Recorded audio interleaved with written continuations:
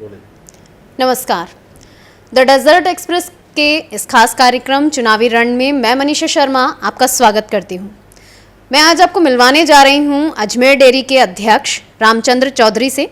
रामचंद्र चौधरी जी पशुपालकों में अपनी एक बेहद खास पहचान रखते हैं। ज़मीन से जुड़े नेता के तौर पर इन्होंने अपनी पहचान अजमेर शहर में ही नहीं बल्कि राजस्थान की राजनीति के पटल पर स्थापित की है।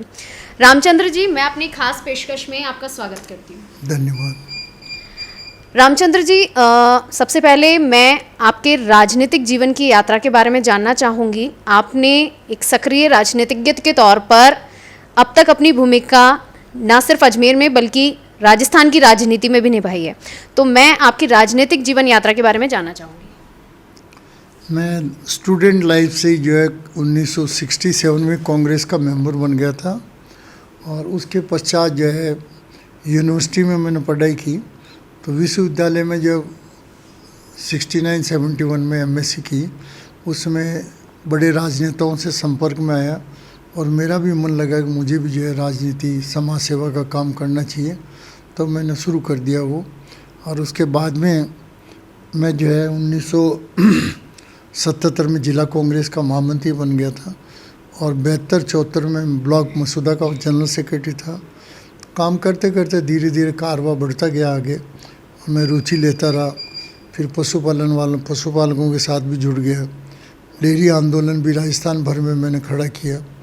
श्वेत क्रांति के जो है जितने भी आयाम है, हमने नए नए आयाम प्राप्त करने के लिए कोशिश की। राजस्थान लेवल की यूनियन बनाई और इसी दौरान जिला कांग्रेस का महामंत्री था मैं। प्रदेश कांग्रेस का उपाध्यक्ष बना दिया मुझे 1989 से 92 तक। 92 से 2004 तक मैं जिला कांग्रेस का 2 बार अध्यक्ष रहा। तो उस दौरान मैंने खूब काम किया। जिला का कोई गांव ऐसा नहीं छूटा जहां मैं नहीं गया। सामाजिक कार्य, प्रोग्राम, कार्यक्रम, चुनावों में जो भी कैंडिडेट हो तो उनकी मदद करता था। तत्पश्चात जो है ये दूध का आंदोलन शुरू हो गया 90 में। 15 साल तक दूध का आंदोलन चलाया राजस्थान में और आंदोलन से ये फ़ायदा हुआ कि भाई हमें 90 में जो चुनाव, राज्य सरकार ने हमारी मांग मान ली और चुनाव घोषित कर दिए। 1990 में मैं पहली बार चेयरमैन बना डेयरी का और 90 के बाद में आज तक लगातार 6ठी बार मैं अध्यक्ष हूँ। करीबन 34-35 साल हो गए अध्यक्ष का काम करते हुए। इस दौरान मैंने जो है वर्ल्ड क्लास की डेयरी प्लांट भी डाला, पीछे देखा होगा, 350 करोड़ का। और डेयरियाँ जहाँ शुरू में 34 लीटर दूध से एक गांव की डेयरी शुरू हुई थी, वो आज जो है 900 गांवों में दूध उत्पादक सहकारी समिति है। कोई भी कॉन्स्टिट्यूंसी देहात की ऐसी नहीं जहाँ हमारी दूध उत्पादक सहकारी समितियाँ ज़्यादा एग्रेसिव भी है, मजबूत भी है और जनाधार भी है उनका।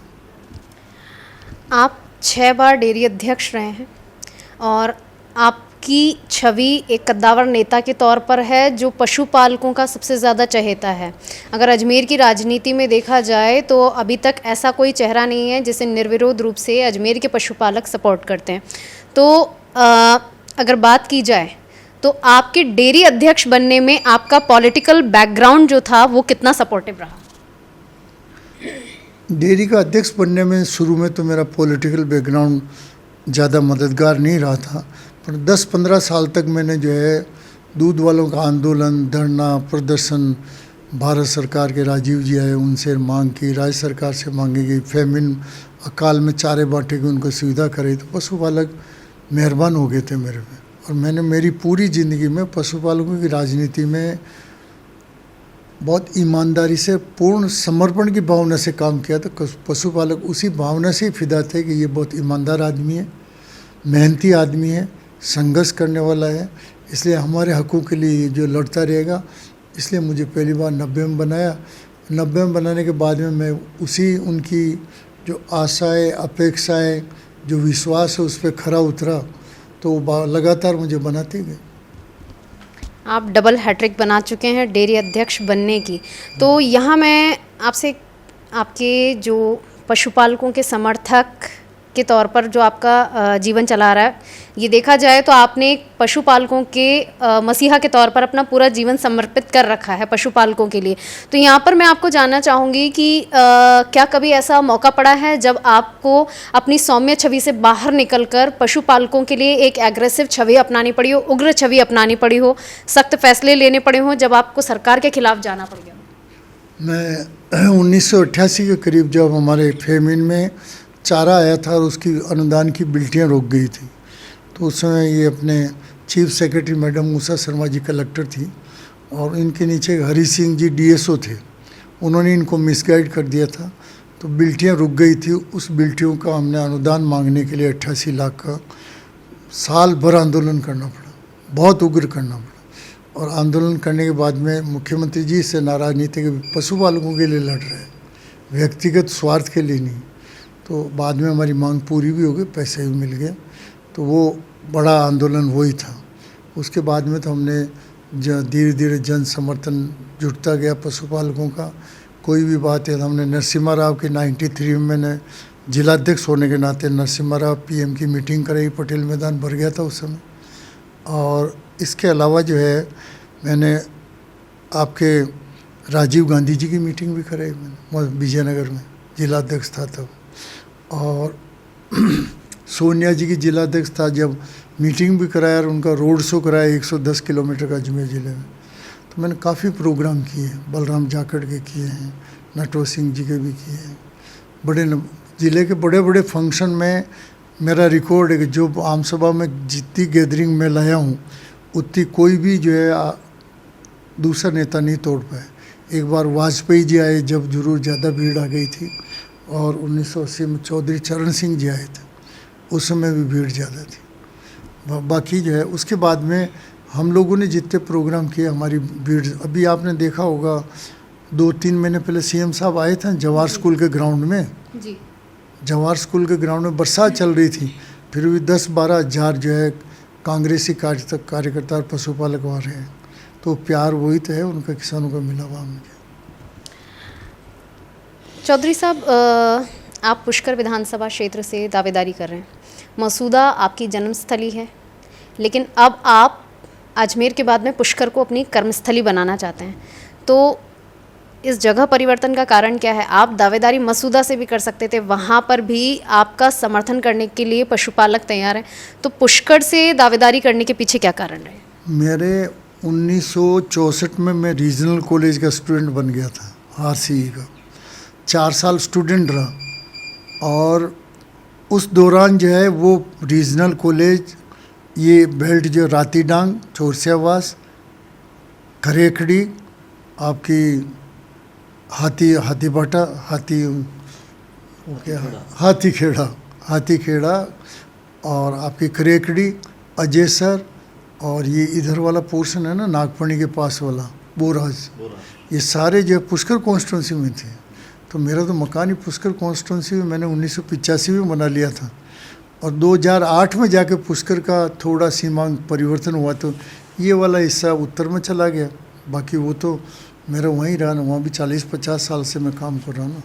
64 से मैं रीजनल में रहा हूँ। मेरे क्लास फेलो इधर पुष्कर के थे आधे से ज़्यादा, तो मेरा संपर्क बराबर है। इधर सबसे प्लस पॉइंट ये है कि 35,000 जो है मेरे जाति बंधु भी हैं, पशुपालक तो है ही 36 को होंगे, और माइनॉरिटी के यहाँ पर 20-22,000 वोट ही है।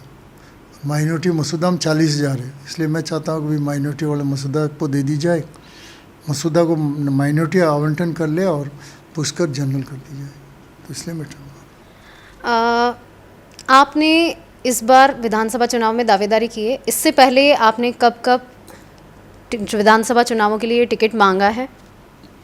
मैंने 1990 में मसूदा का टिकट मांगा, जो पुराना मसूदा था।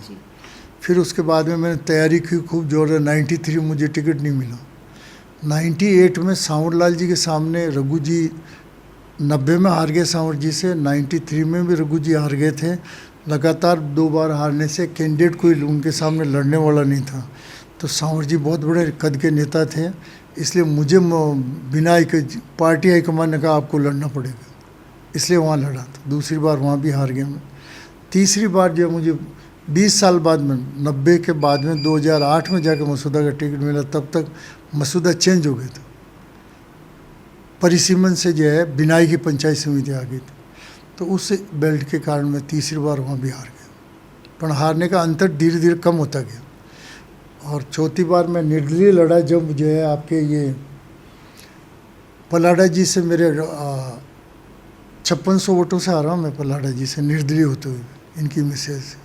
इतना ज़बरदस्त जो जन समर्थन था मेरे साथ। देखिए, पिछले विधानसभा चुनावों तक आपने कई बार खुले मंच पर बीजेपी के कई कामों की प्रशंसा की थी, जिसकी वजह से कयास लगाए जा रहे थे कि शायद अब आप कांग्रेस छोड़कर बीजेपी में शामिल हो सकते हैं। तो इन बातों में कितनी सच्चाई थी? नहीं, मैं गए नहीं कांग्रेस, बीजेपी का कभी मेंबर ही नहीं बना, ठीक है ना।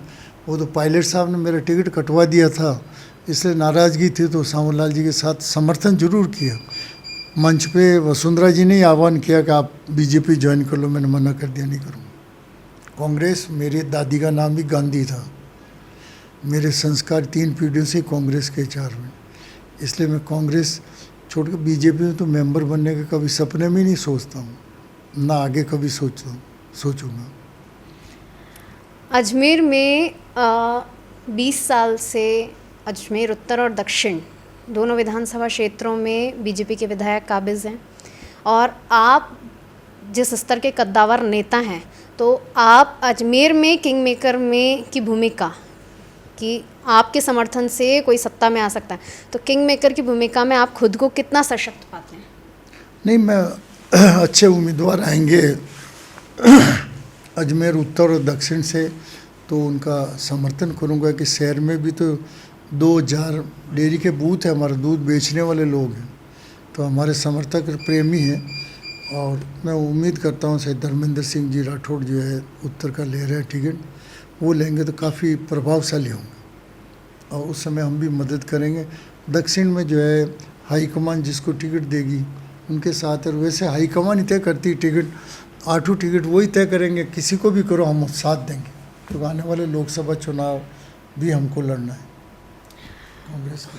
चौधरी जी, आपने जो टिकट वितरण की बात की, तो अजमेर की नहीं, कांग्रेस में राज्य स्तर पर भी गुटबाजी सामने आई है, गहलोत वर्सेस पायलट, और अजमेर में तो अभी देखना, लेकिन फिर भी आप इस टिकट तो नहीं, इस फिर भी AICC वर्किंग कमेटी को उनको मेंबर बना दिया, तो झगड़ा ही खत्म हो गया। लेकिन कई बार पहले भी सुलह करवाई गई है, उसके बाद में भी दोनों में खींचतान। ये सुलह जो अभी हुई है ना कल वाली, ये परमानेंट चुनाव तक तो रहेगी, पक्का रहेगी। चलिए, तो आप इसको लेकर आश्वस्त हैं कि दोनों के बीच में सुलह चुनाव तक तो एटलीस्ट रहेगी। तो फिर भी यहाँ पर अगर देखा जाए तो टिकट वितरण में ज़्यादा प्रभावी कौन रहेगा, गहलोत या पायलट? हाईकमान रहेगी। हाईकमान में कौन होता है? प्रदेश कांग्रेस का अध्यक्ष होता है, मुख्यमंत्री होता है, फिर पर्यवेक्षक नियुक्त हुए रंधावा जी जिसको किया वो भी है, ऑब्जर्वर बनाया है आसाम वाले को, तो इन 5-7 आदमी का रहेगा, 29 आदमी कमेटी बनी हुई है ना, तो वो प्लस वो लोग बैठ करके निर्णय करेंगे, एक सीट पे चर्चा करेंगे, एक सीट पे 2-2 या 3-3 नाम तय करेंगे, जहाँ ज़रूरत होगी, जहाँ सिंगल होगा तो सिंगल करेंगे, और ये नाम आखिर ऑल इंडिया कांग्रेस कमेटी के पास जाएंगे। वहाँ पर CEC सेंट्रल इलेक्शन कमेटी जो होती है, अभी तो CWC बनी है, कांग्रेस वर्किंग कमेटी बनी है, CEC होती है कांग्रेस इलेक्शन कमेटी, वो भी अभी और होनी डिक्लेयर, तो वो लोग फाइनल डिसीजन करते हैं। उनके पास सर्वे, इस बार तो लग रहा है कि सर्वे के आधार पर ज़्यादा टिकट मिलेगा, कांग्रेस पार्टी सर्वे पे ज़्यादा यकीन कर रही है। आप पुष्कर से दावेदारी कर रहे हैं, पुष्कर से विधायक रह चुकी हैं नसीम अख्तर इंसाफ, जो इस बार भी चुनाव में दावेदारी करेंगे, तो उनकी दावेदारी के सामने आपकी दावेदारी कितनी मजबूत मानी जाएगी? वो तो उनसे ही पूछना। पर फिर भी अगर देखा जाए, फिर भी अगर देखा जाए, क्योंकि अभी नसीम अख्तर इंसाफ का जो गोपाल बाहिती के साथ में झगड़ा हुआ था वो पूरे शहर ने देखा है, और जब प्रेस कॉन्फ्रेंस हुई तो आप भी मंच पर थे और आपने नसीम अख्तर के विरुद्ध बयान भी दिया था कि आपने उनकी जो भी उनकी हरकत थी उसकी निंदा की थी। भाई बहन का झगड़ा था, भाई बहन का झगड़ा कोई परमानेंट होता है क्या? होता है क्या? नहीं, भाई झगड़ा- बहन, रियल भाई बहन होते हैं, वो भी मनमुटाव हो जाता है किसी बात पे। ये बात थोड़ी कि लंबे चलती हो तो वापस ठीक हो जाता है। अभी कोई झगड़ा नहीं है। नहीं, मतलब आप मानते हैं कि हमारा मतभेद कोई हो झगड़ा सकता है, नहीं। मनभेद नहीं है। मनभेद नहीं है, अभी कोई झगड़ा नहीं है। कांग्रेसमैन जिले के सारे एकजुट हैं, जिसको टिकट मिलेगा उसका सब आपस में साथ देंगे, क्योंकि हमारा मुख्य लक्ष्य बीजेपी को राजस्थान में नहीं आने देना है और बीजेपी को दिल्ली में जो 24 के चुनाव उससे आउट करना है। तो ये आपसी गुटबाजी का कितना नुकसान हो सकता है कांग्रेस को? गुटबाजी है ही नहीं, आप बता रहे हो, या आपको किसी ने भेजा कि जाके गुटबाजी की बात करो, लग रहा है? चौधरी साहब, अब जब आप चुनाव लड़ने जा रहे हैं तो आपके कुछ खास चुनावी मुद्दे क्या होंगे? बिजली, सड़क, पानी के मुद्दे कॉमन हैं जो हर बार रहते हैं, इनके अलावा आपके मुद्दे क्या होंगे? मेरा मुद्दा होगा कि गांव, गरीब और किसान की जो है विकास हो, श्वेत क्रांति और उन्नति की ओर जावे, जिससे ग्रामीण अर्थव्यवस्था की धुरी जो आज राजस्थान में है, श्वेत क्रांति है। श्वेत क्रांति जितनी मजबूत होगी उतना ही ज़िले की आर्थिक स्थिति ग्रामीण स्तर पर मजबूत होगी। और इसके अलावा जो है ये मुद्दे तो होते ही रहते हैं हर क्षेत्र में, बिजली, पानी, सड़क, शिक्षा और क्या कहना चाहिए, सिंचाई के साधन, ये मांग आती है। समय के साथ मांगे बढ़ती जाती है, उनको पूरा करना एक जनप्रतिनिधि का कर्तव्य होता है। आप पुष्कर विधानसभा क्षेत्र से दावेदारी कर रहे हैं और अभी हाल ही में सरकार ने अपना जो बजट जारी किया था उसमें पुष्कर विकास प्राधिकरण की घोषणा की है। तो आपको क्या लगता है, यदि आप विधायक बन जाते हैं तो इस पुष्कर विकास प्राधिकरण को और कितना आगे बढ़ा पाएंगे? पुष्कर की ग्लोरी और कितनी पहली प्राथमिकता होगी जो घोषणा हुई उसको पूरी करवाने का मेरा पहला टारगेट होगा, ठीक है ना, उसको पूरा करवाएंगे। और दूसरा मेरा ये कि ये अजमेर से पुष्कर जो घाटी है इसके अंदर जो टनल बना करके सड़क बनाई जाए, हाईवे निकाले नीचे से, तो अजमेर और पुष्कर का विकास दोनों का लिंक है। अजमेर से मेड़ता वाली जो सड़क है, रेलवे लाइन डाली जाए, बीजेपी ने आज तक ही नहीं डाली। तो ये रेलवे लाइन वाला भी मेरा टारगेट है कि अजमेर से पुष्कर होते हुए मेड़ता रेलवे लाइन डाली जाए, जिससे कि पूरा मारवाड़ कनेक्ट हो जाए अजमेर से सीधा रेलवे लाइन। तीसरा, एयरपोर्ट जो हमारा है, अभी पुष्कर कॉन्स्टिट्यूंसी में आता है एयरपोर्ट। आप ये एयरपोर्ट 93 में नरसिम्हा राव जी आए थे, मैं जिलाध्यक्ष था, मेरे से जो है स्वागत भाषण मेरा था, मीटिंग मैंने आयोजित की। तो उन्होंने कहा अध्यक्ष जी 3 मांगे रखो, मैं तीनों पूरी करके जाऊंगा। उनका भाषण होने वाला, उससे पहले मुझे रोक के कहा। पहला मैंने हवाई अड्डा मांगा, दूसरा मैंने जो है ब्रॉडगेज दिल्ली टू अहमदाबाद मांगी, तीसरा बिशनपुर की योजना, उस पर आर्थिक सहायता मांगी।